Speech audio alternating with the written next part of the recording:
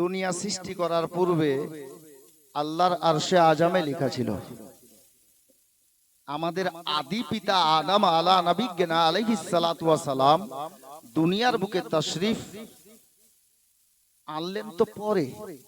আল্লাহ পাক আদম নবীকে সর্বপ্রথম সৃষ্টি করার পর যখন ওনার দেহের মধ্যে আত্মা দান করলেন, রূহ দিলেন, তো আদম নবী যখন সর্বপ্রথম উপর দিকে মুখটা তুললেন, নজরটা দিলেন, তো দেখলেন কি জানেন?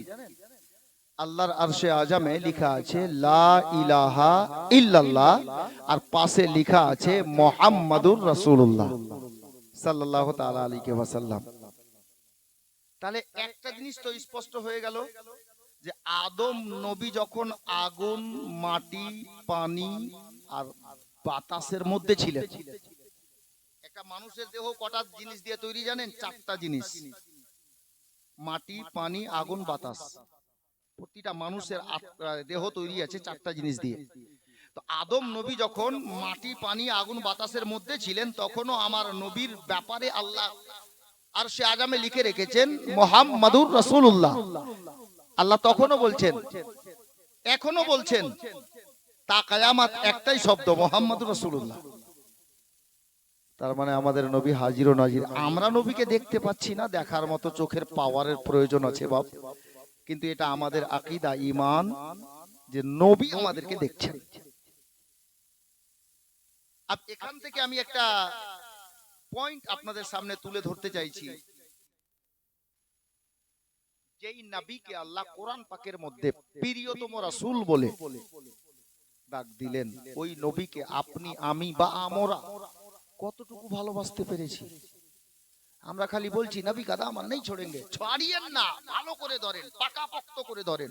একবার না হাজার বার বলেন, আপনিও বলেন, আমিও বলবো, কিন্তু দামান ধরেন তারপর বলেন। কিছু কিছু জওয়ান ভাই আছে, ও জুমাও পড়ে না আর বলছে নবী কাদা আমার নেই ছোড়েঙ্গে। তুমি জুমাও পড়লা না, নামাজের ধারের নিকটে যাও না, দিনে 100টা কথা বললে 98টা মিথ্যা কথা বলো, আর বলছো নবী কাদা আমার নেই ছোড়েঙ্গে। তুমি ধোঁকাবাজ নবী প্রেমিক।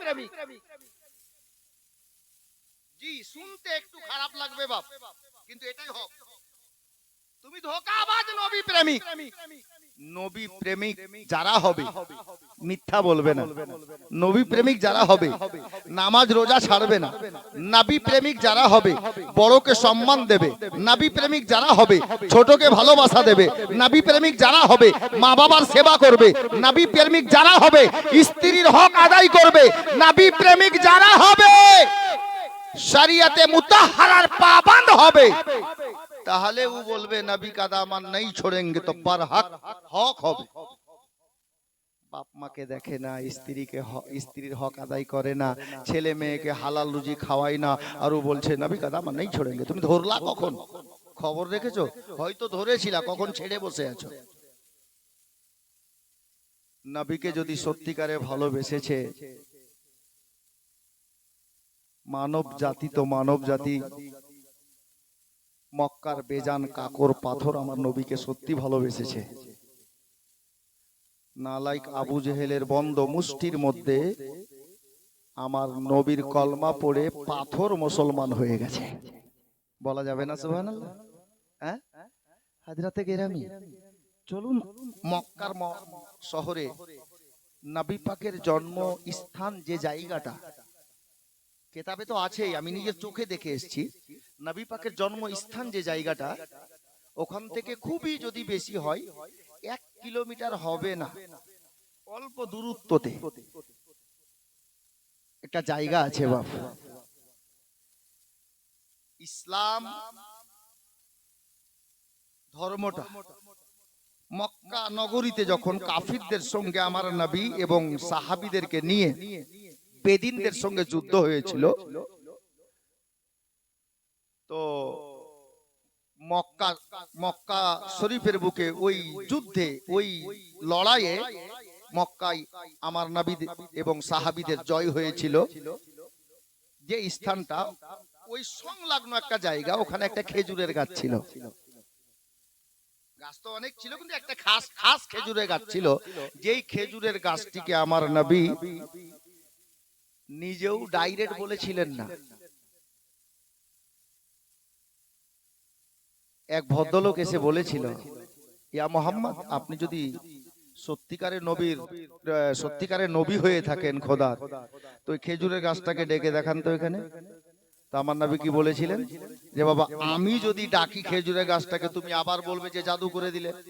তো তুমি একটা কাজ করো, তুমি গিয়ে ওই খেজুরের গাছটাকে নিজেই বলো যে তোমাকে হযরত মুহাম্মদ সাল্লাল্লাহু আলাইহি সাল্লাম ডাক দিয়েছে, ডাকছে নিজের কাছে। এই ভদ্রলোক গেলেন, গিয়ে ওই খেজুরের গাছকে বলছে, এই খেজুরের গাছ, তোমাকে মোহাম্মদ সাল্লাল্লাহু আলাইহি ওয়াসাল্লাম ডাক দিয়েছে, নিজের দরবারে ডেকেছে। তো কিতাব গাওয়া আছে, খেজুরের গাছ একবার ডানে নড়লো, একবার বামে নড়লো, জিন্দা খেজুরের গাছ একবার ডানে নড়লো, একবার বামে নড়লো, একবার সামনে, একবার পিছনে, একটু হিলে গিয়ে, আর যেমন মানুষ চলে যায় ওই মতো মানুষের মতো চলতে চলতে হাঁটতে হাঁটতে খেজুরের গাছ আমার নবীর দরবারে দাঁড়িয়ে গেল। আল্লাহর পিয়ারা পয়গম্বর সাল্লাল্লাহু তাআলা আলাইহি ওয়াসাল্লাম খেজুরের গাছটিকে নিজের দরবারে ডেকে নিলেন। ওই লোকের মারফতে ডাক দিয়ে আল্লাহর নবীর ইশারা হলো, খেজুর গাছ তুমি নিজের জায়গায় চলে যাও। তো খেজুরের গাছ নবীর ওয়ার্ডারে আবার চলতে চলতে যেখানে লেগেছিল ওখানে এসে দাঁড়িয়ে গেল। জোরে বলুন। নবীকে ভালোবেসেছে খেজুরের গাছ। আপনি মদিনাতে যাবেন, তো মদিনাতে চলুন, জঙ্গলের হরিণী আমার নবীর কদমে কুরবান, নিজের বাচ্চা লুটিয়ে দিল। আমি ওই ইতিহাসও তুলতে চাইছি না, চলুন মদিনাতে।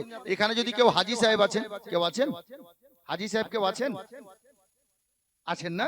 আলহামদুলিল্লাহ। তো হাজী সাহেবকে জিজ্ঞেস করবেন, মসজিদে নববী শরীফের মধ্যে মেহরাবে রাসূল, মেহরাব কোনটাকে বলে জানেন বাপ? ইমাম সাহেব যেখানে দাঁড়িয়ে নামাজ পড়ান ওটাকে মেহরাব বলে। তো ওই মেহরাব সংলগ্ন, ধরুন যে এই মাইক্রোফোনটা মেহরাব, এখানে ইমাম সাহেব দাঁড়িয়ে নামাজ পড়ায়, মেহরাব সংলগ্ন, আমার আঙ্গুলের দিকে খেয়াল করেন বুঝতে পারবেন। মেহরাব লেগে যেই পিলারটা দাঁড়িয়ে আছে, এই পিলারটার নাম কেতাবেও লেখা আছে, কোনোদিন যাবেন তো ওখানে দেখবেন মেহরাবের গায়ে আরবি ভাষায় লেখা আছে উপরে, প্রায় 1 থেকে 1.5 মানুষ উপরে দেখবেন সোনালী কালার দিয়ে লেখা আছে সুতুনে হান্নানা। বাংলা কেতাবে যিনারা পড়েছেন ওটার নাম লেখা আছে উস্তুনে হান্নানা, বাংলাতে লেখা আছে উস্তুনে হান্নানা, কিন্তু আরবি ভাষায় ওখানে লেখা আছে সুতুনে হান্নানা। সুতুন মানে পিলার বা খুঁটি, স্তম্ভ, আর হান্নানা একটা শুকনো খেজুরের গাছের নাম। আল্লাহর পিয়ারা পয়গম্বর হুজুর সাল্লাল্লাহু তাআলা আলাইহি ওয়াসাল্লামের মহব্বতে শুকনো খেজুরের গাছ মানুষের মতো ফুটে ফুটে কেঁদেছিল।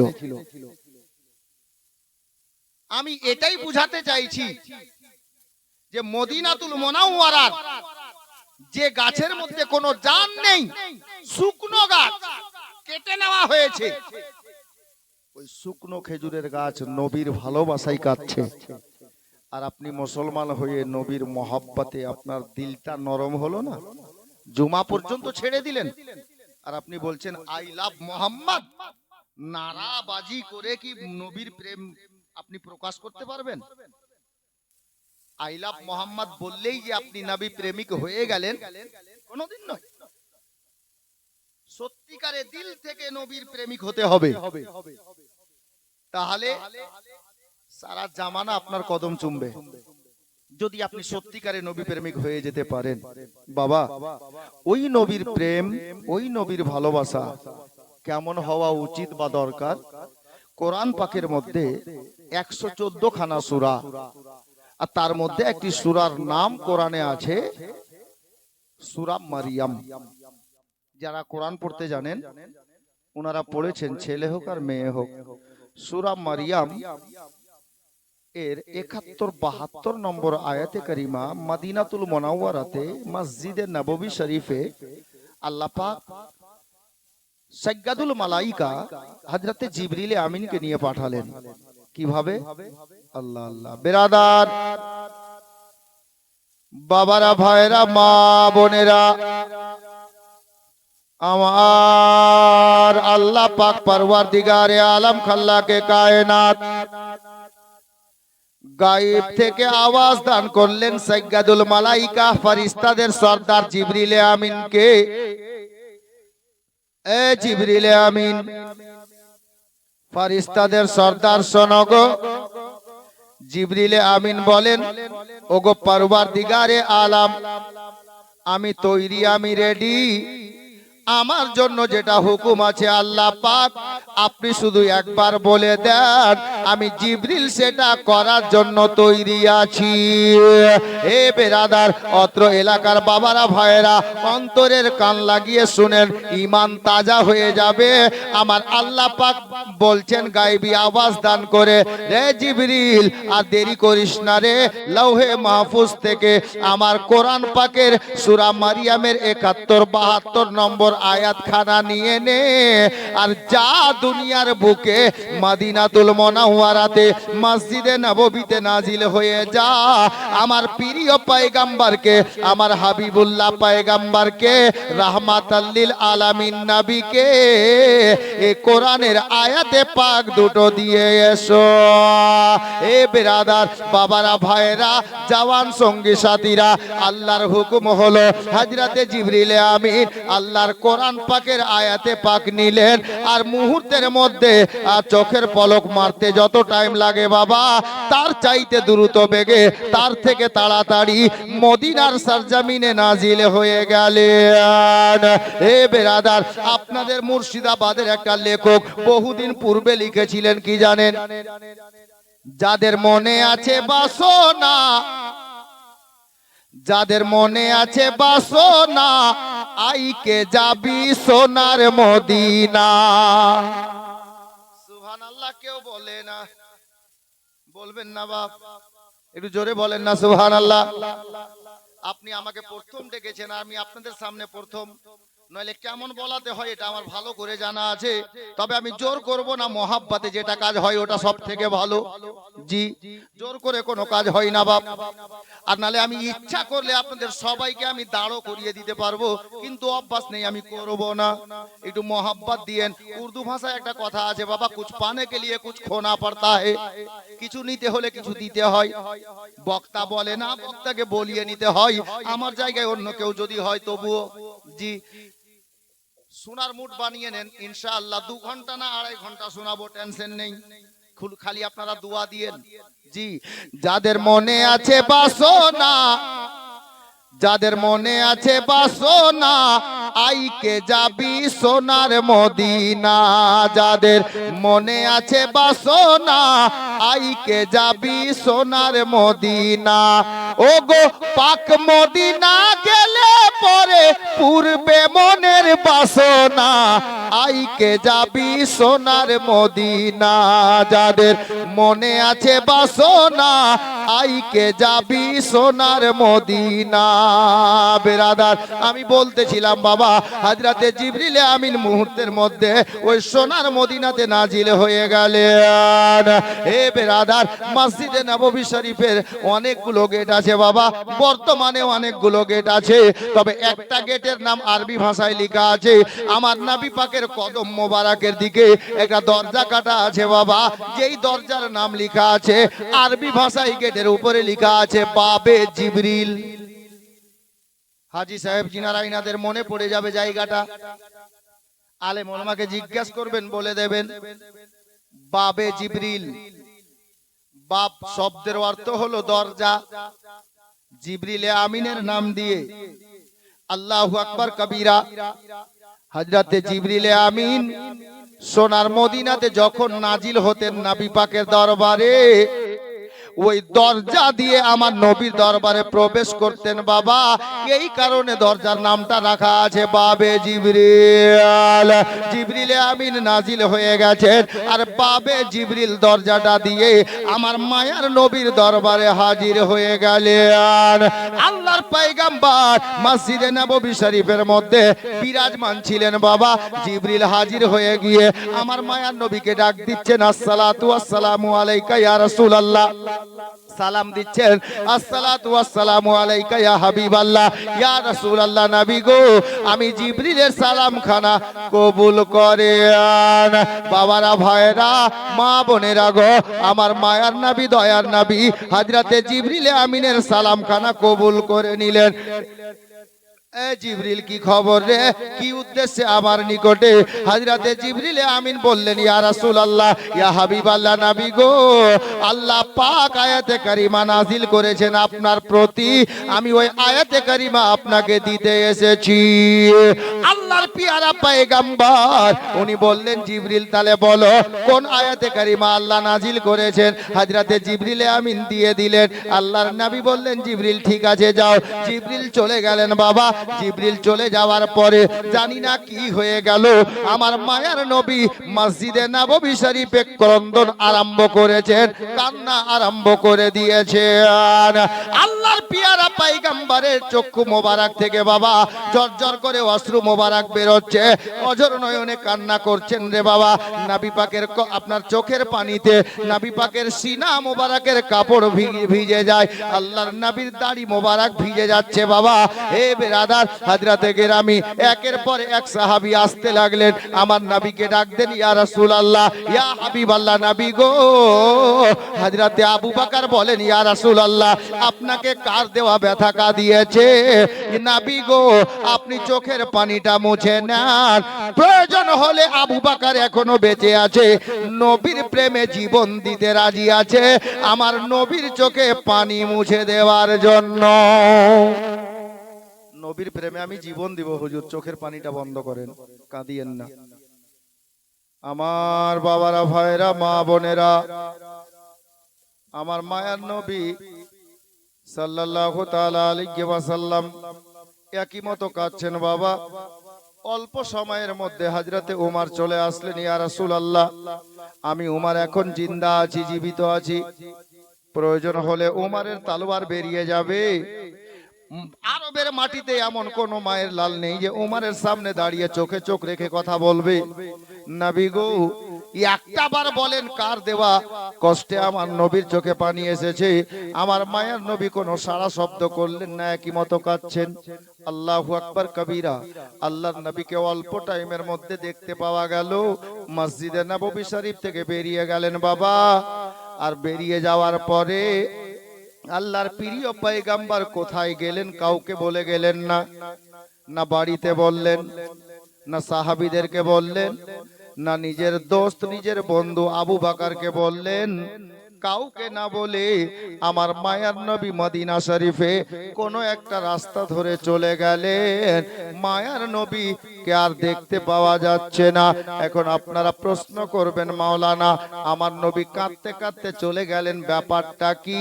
কেন কাঁদতেছিলেন বাবা? আমার মায়ার নবীর কান্নার কারণ হলো এটা বাবা।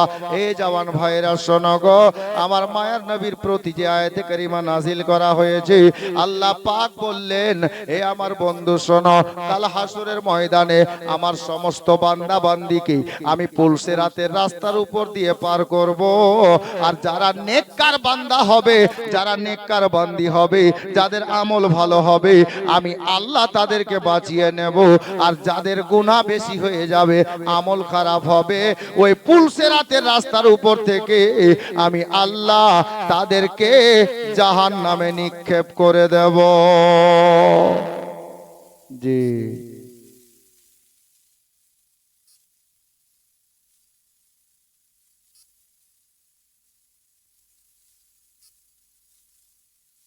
বেরাদার, এটা যিনি লিখেছেন এটা জীবনেরই এক অংশ। ধন্যবাদ আপনাকে। নবীর মহব্বত কাকে বলে এটুকু বোঝাতে যাচ্ছি। আমার নবী পাকের জীবনীতে এই ঘটনা আছে বাপ, মানে এখানে লেখা আছে কি বলে দিচ্ছি আপনাদেরকে। শ্রোতাদের অনুরোধ, যে কোনো একটি আকর্ষণীয় জীবনী শুরু করেন, এটা জীবনেরই অংশ বাপ। জি, হযরতে গেরামি, নবী পাকের জীবনী যদি শুনে থেকে হবেন, তাহলে নবী পাকের জীবনীতে, সিরাতুন নবীতে এবং তারিখে ইবনে হিসাম, তারিখে ইবনে হিসামে এই ওয়াকিয়া লেখা আছে বাপ। খুব আহেম ওয়াকিয়া, খুব গুরুত্বপূর্ণ ওয়াকিয়া। হযরতে গেরামি, মুআজ্জাজ মোহতারাম, আল্লাহর পিয়ারা নবী এই জন্যই কাঁদছিলেন বাপ। কান্নার একমাত্র কারণ হলো যে আল্লাহ আপনি তো নেককার বান্দাদেরকে বাঁচিয়ে নেবেন, কিন্তু আমার উম্মতের মধ্যে যারা গুনাহগার হবে তাদের অবস্থা কি হবে? তারা জাহান্নামে পড়বে। আমি মায়ার নবী, তাদের দুঃখ কষ্ট সইতে পারবো না। আমার উম্মতি কেউ জাহান্নামে পড়বে, আমি নবী সইব কি করে? আল্লাহু আকবার কবীরা। বাবা ও ভাইরা, মা ও বোনেরা, উঠা বসা করিয়েন না বাপ। অল্প আছে, জি জি অল্প আছে, বুঝতে পারছি আমিও। হতে পারে আপনাদের পরীক্ষা হচ্ছে যে আমার নবীর প্রেমে এখানে বসেছে, একটু বৃষ্টি দিয়ে দেখি তারা নবীর ভালোবাসায় থাকছে না পালাচ্ছে, এটাও তো হতে পারে। হ্যাঁ, আল্লাহর ভেদাভেদ বোঝা বড় মুশকিল আছে বাপ। হাজাতে গেরামি, যাই হোক, কমিটি ছেলেদের অনুরোধের একটি গজলে দুটি লাইন আর পড়ে দিচ্ছি, তারপর ইনশাআল্লাহ ঘটনার দিকে যাচ্ছি। কে নবী ছাড়া জান্নাত পাবে না, মায়ার নবীকে ভুলে যেও না। নবী ছাড়া জান্নাত পাবে না, দয়ার নবীকে ভুলে যেও না। নবী ছাড়া জান্নাত পাবে না, মায়ার নবীকে ভুলে যেও না। কে আল্লাহ তাআলা বলেন কুরআনে,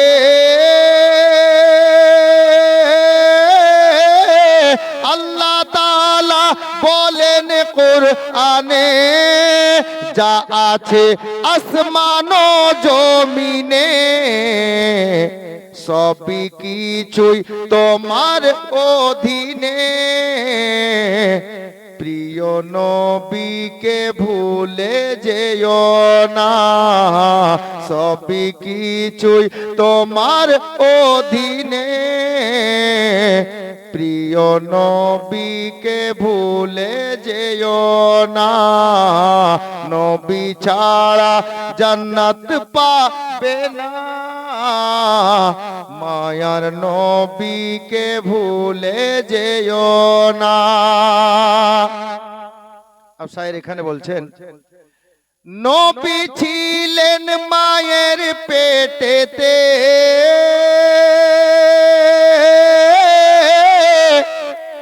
নবী ছিলেন মায়ের পেটেতে, পিতা গেলেন ব্যবসাতে। নবী ছিলেন মায়ের পেটেতে, পিতা গেলেন ব্যবসাতে।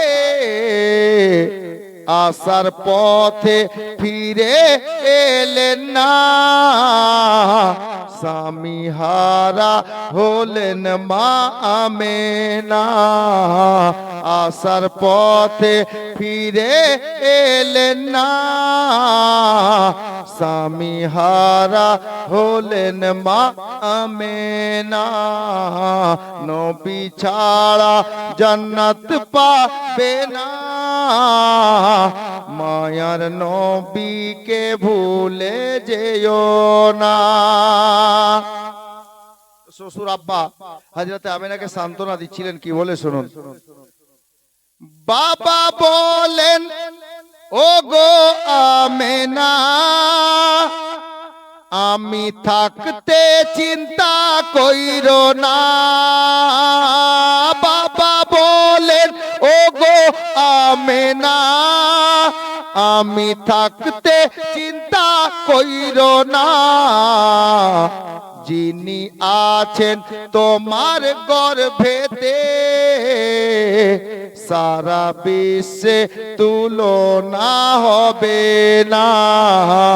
যিনি আছেন তোমার গর্ভেতে, সারা বিশ্বে তুলনা হবে না।